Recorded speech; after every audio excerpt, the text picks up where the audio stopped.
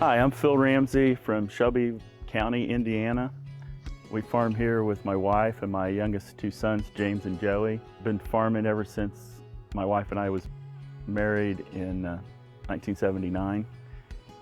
We have 12 granddaughters and have a good time here on the farm with all the family, and especially having the youngest two sons farm with us. We raise corn and soybeans and wheat. We're also in the farm drainage business and farm excavating business as a sideline to our operation. The Ramseys moved to this part of Shelby County in 1865.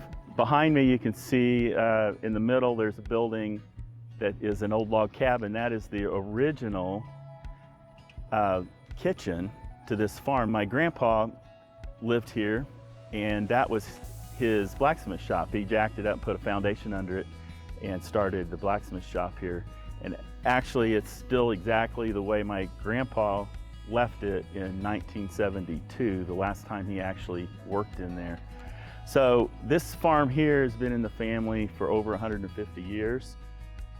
We were able to generally get planted early and timely with the corn and the soybeans.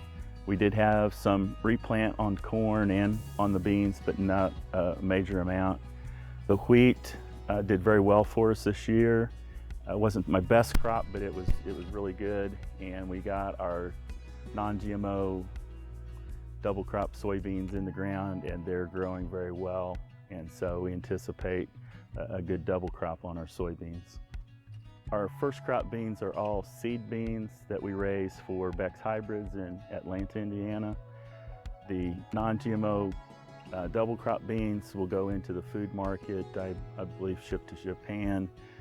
The corn, we raise both GMO corn and non-GMO corn. So we're selling to two different ethanol plants. We also sell non-GMO then to Cargill, Ingredion in Indianapolis, and Consolidated Grain and Barge down on the river. The last few months has been very interesting with the pandemic, with COVID-19. The side effects of the shutdown, the cutback on ethanol usage, and the price drop on corn has been the big issue for us, and the drop in price. We have a big world that wants to eat, and I know the slowdown with COVID is a problem that I believe is short term, and there's a strong demand for our products. I think that agriculture has some new things coming down here the next 5 to 10 years. So this is our grain setup. We have worked on this over the years since 1986 when we put the first grain bin up. So we've been adding grain bins as our operation has grown. We have several grain bins because with the non-GMO market that we've tried to hit, we also raise specific numbers, IP grain, and so we're able to keep that grain segregated in the smaller bins. Along with this operation, when we put the grain legs up, we had the opportunity to have internet transmitter put on top of the one grain leg, which is becoming more and more important to all agriculture and everybody with the technologies that we're needing to use and using the internet more and more. So in our operation, we use several different conservation methods. We have quite a few waterways that we've put in. What you see behind us here is a waterway that we built about 10 years ago when we purchased this farm. The water had been coming down through here and washing a gully that was about 3 feet wide and 4 feet deep. And every time we had a big rain, it was just a violent rushing of water full of dirt. And so we put in this concrete structure and built the waterway behind us. And now when we get a rain, it's just a beautiful flow of water with very little dirt in it or sediment. It's almost clear water that's just flowing nice and easy down through here and over this structure. There's about 600 to 700 acres that's in this watershed of water that comes flowing down through here. So this is one of our projects I'm quite proud of that we put in here. But we have put in waterways in several locations to try to control soil erosion and help increase water quality.